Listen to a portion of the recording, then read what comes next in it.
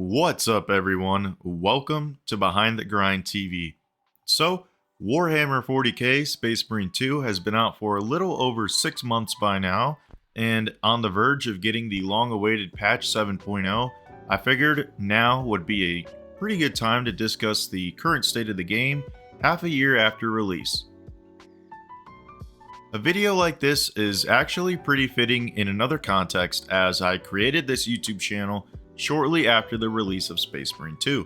With that in mind, regardless of how critical I am at times with this game, I at least owe something to it other than the many hours of gameplay that I have put into this game by now. That being the inspiration behind my YouTube channel. Behind the Grind TV is also celebrating its 6-month anniversary, and for that, I'm revisiting the game that started it all, so strap in. As a disclaimer, this is not a critical or a positive video. This is a video detailing the current state of the game and how I and many others feel about it. You have been warned. Before we begin, I want to ask you to please consider liking this video and subscribing to the channel with the bell notifications on. On another note, thank you all for the support here on the channel, as without the viewers, I wouldn't be making the content I put so much hard work into. Brand new channel memberships are now live, so you can join my channel members, where you can get access to exclusive emojis, play cool games with me, and even give me personal video ideas. The official Behind the Grind TV Discord server is also live that anyone can join for absolutely free, and special members that are a part of my Ultra Fan membership tier can even join the members only channel. Click the link in the description now to join, and let's game on. With all that out of the way, let's talk about the current state of Space Marine 2. Alright, so at the time of making this video, it's April 2025, a little over 6 months since Space Marine 2 came out, and I have a lot to say about the launch and the post-launch handling of the game. Space Marine 2 has received a number of updates, so I'm basically going to break them down by 3 categories: Operations or PvE, Eternal War or PvP, and Customization. Obviously, we never got any campaign DLC, not that we were expecting anything, so instead, we'll dive straight into Operations mode. So as of the day I'm making this video, so far we have only received 2 new Operations maps, Termination and Obelisk, and boy, do I have some feelings about these ones. Starting off with Termination, we have a pretty bare bones, standard Kadaku, Space Marines vs Tyranids map. Visually speaking, the map is almost identical to the operation named Inferno, in that you fight in the jungle and kill swarms of Xenos. Now, I mention this here because there's a point I want to bring up in just a bit, but moving on, the only relatively new thing this map does is introduce the Hierophant Biotitan, a boss at the end of the mission that you don't really get to fight. Instead, you use a laser pointer at the massive creature to direct fire and damage it. Not a bad map to play at all in my personal opinion, but when it comes to things that it did new, that's pretty much about it. Moving on to Obelisk is somewhat hit or miss. We have yet another operation set on Demirium where we fight the forces of Chaos, taken straight from the main campaign, as the final mission takes place there, and this is where the repetitiveness really starts to show. When playing Obelisk, you'll play the exact same scenery and environment as Fall of Atreus and Reliquary. I don't know if it's just me, but whenever I play one of these maps, they all feel the same, and that largely contributes to them looking the same damn near. Now is the time to talk about my biggest gripe when it comes to these operations, and that they all use the same environments from the main campaign. Realistically, if I had never played this game and I was just watching gameplay, I would genuinely feel that all 3 of these missions are the exact same. The variety in the scenery displayed on screen has a really big impact on whether or not something gets repetitive. I mean, you fight the same enemies, and you look at the same environments.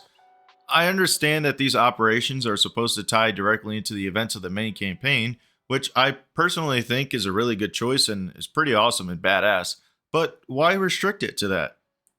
In not one operation do the developers try to branch off and try something different, which inevitably leads to the maps taking place in the same exact places as the campaign missions do. I mean, realistically, is it too much to ask for a mission where the Tyranids board a Space Marine battle barge? Or how about a mission where the Space Marines launch an orbital drop onto a 1,000 Sun stronghold? Anyway, the repetitive environments are one thing, but another valuable topic of discussion has to be the enemy variety. Y'all should get ready for this one indeed. So Space Marine 2 sees the factions of the Ultramarines, the Tyranid High Fleet Leviathan, and the Traitor Chaos Space Marines of the Thousand Suns clash in all-out war.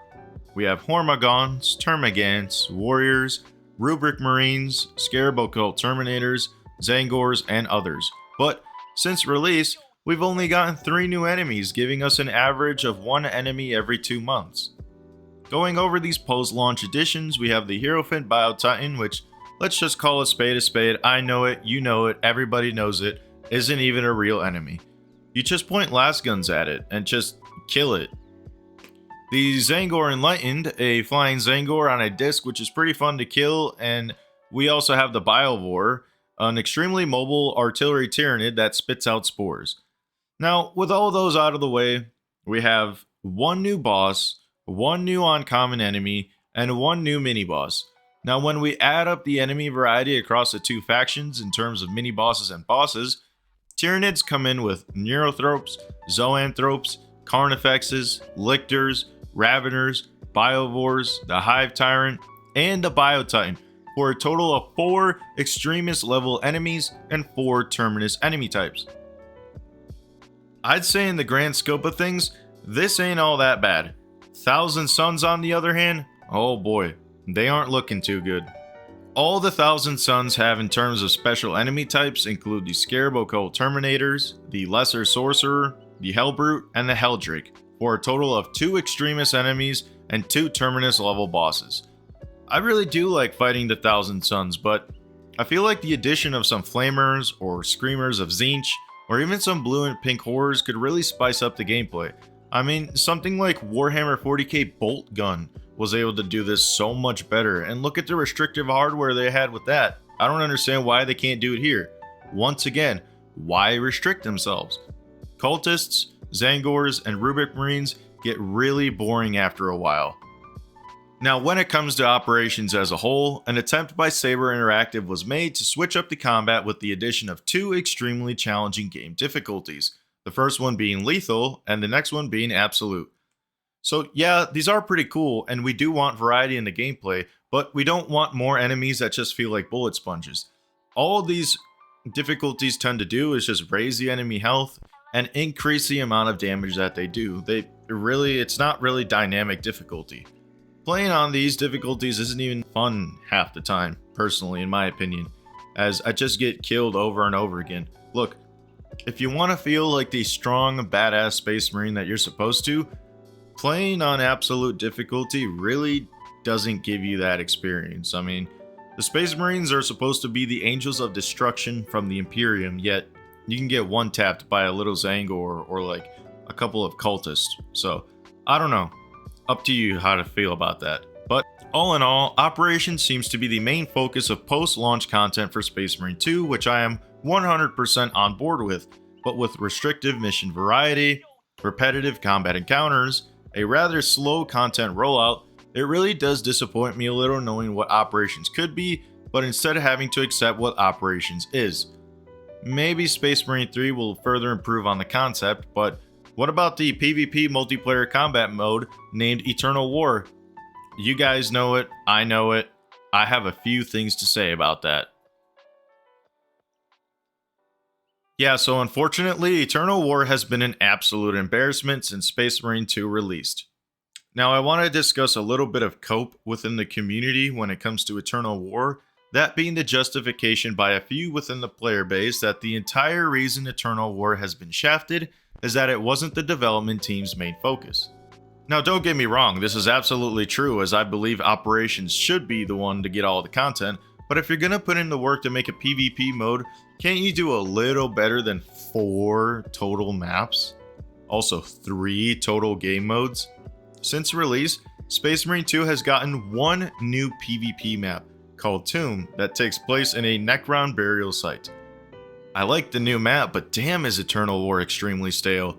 There's really not much to add on to it. No new map was teased for the 7.0 patch, so I don't know. Maybe PvP has finally been killed off. In my personal opinion, I just think it's disingenuous to support all the criticism Eternal War receives by just stating that it, quote, wasn't the main focus. I mean, Nazi zombies back in World at War wasn't the main focus either, but look how much support that game mode got. Not only did Treyarch add more zombies maps to the original World at War, but the game mode became so popular that it carried on through the generations and still exists to this day. To say that Eternal War shouldn't get content because it's not the main focus is a short-sighted, ignorant, and lazy take. PvP could be so much more if they just tried a little harder. So, with operations and Eternal War out of the way, let's talk about the last main form of content Space Marine 2 revolves around: customization. So a heavily focused component within the Warhammer franchise as a whole has to be the sheer variety in just about anything imaginable. From factions to races, armor, weaponry, and individual units, there's a lot to uncover with it.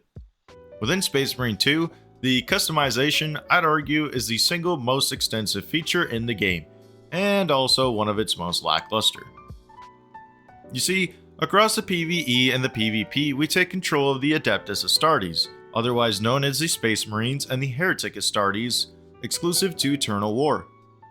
With that, the Space Marines have an endless array of armor configurations, colors, chapters, and weaponry, but Space Marine 2 really drops the ball on the handling of the customization department. First of all, color customization is locked behind a paywall. Yep, in the base game you get access to quite a few basic colors, however, as you can see, over half of them are now monetized with more to come. This for me is personally extremely restrictive, as if you remember the games of the past like Halo 3, you'll know that color customization is a right and not a privilege. Monetization of armor components or weapon skins is fine, but colors is just too much. Just look at all these specific colors locked behind the paywall. All of this can be solved by simply introducing a color spectrum wheel, but Saber restricts itself by specifically having to limit selection to the actual Citadel paint roster. Shit like this is simply not welcome in a video game. And with that, I bring up another point in which that a lot of people tend to have a lot of cope by saying that Games Workshop doesn't give Saber Interactive the unlimited potential to create whatever they want with the IP that is Warhammer 40k, which look, I understand, but Games Workshop as a whole needs to understand that this is not the tabletop, this is a video game, and when you introduce stuff like this and restricting your developers and not allowing them to just give everybody all the colors in the video game marketplace, it's just not going to stand. There are completely unaware of the fact that there are other games on the market right now that do not do this type of monetization, and Space Marine 2 being the one to do it, it's just going to disengage players from playing Space Marine 2 and instead send them somewhere else where they don't have to put up with this bullshit. Next up, we have something a little better, being actual armor components and heraldry symbols. Now, I mentioned before that colors were locked behind a paywall, and a few of these are as well. Space Marine 2 has a season pass that can be purchased for $40, and if you just want to buy individual content packs, you can do that as well, thankfully. As of today, so far, we've had the Ultramarines Heraldry DLC, Raven Guard Heraldry DLC, Dark Angels Heraldry DLC, and 2 champions for purchase, being the Dark Angels Champion and the Salamanders Champion for the Bulwark and Sniper classes respectively. I don't count the Ultramarines Champion for the Heavy because unless you bought the special edition of the game, you can never even have it, not even for a price. Here and there, you can unlock cosmetics by playing the game, like this badass helmet by beating all operations on lethal, or this Tyranid shoulder pad by beating all missions on absolute difficulty. The best addition to the game so far, in my personal opinion, is the database, where by completing specific tasks called ordeals, you can unlock some pretty awesome cosmetics in the database. This is what we need a lot more of, as it incentivizes the players to stick around and grind it out. Like, just look at the kind of cool stuff you can unlock by going to the research center. I think all this stuff is pretty good. We need more of this. Weapon customization is fine. Each weapon has a handful of unlockable cosmetics through in-game currency, quest completion, and a couple are tied to the champions themselves, like this pretty cool Dark Angel's Power Sword, or the Sniper's rifle for the Salamander's champion. Still a huge missed opportunity, should have been a heavy flamer, but whatever. Once again, Saber Interactive not making the right calls. As for customization as a whole, it's good, but could be much better. A little bit of restriction is present here and there, but you can get really creative with what you got. Although being able to share class-locked armor components across some of the other classes would be pretty cool in my opinion. Also, you can't even change the armor on your Chaos Marines, which is really fucking stupid. Regular Space Marines got so much love and care, and the Heretics got absolutely shafted once again. Why restrict themselves? Whatever. I think that's just about everything I have to say about customization, so let's just wrap this up.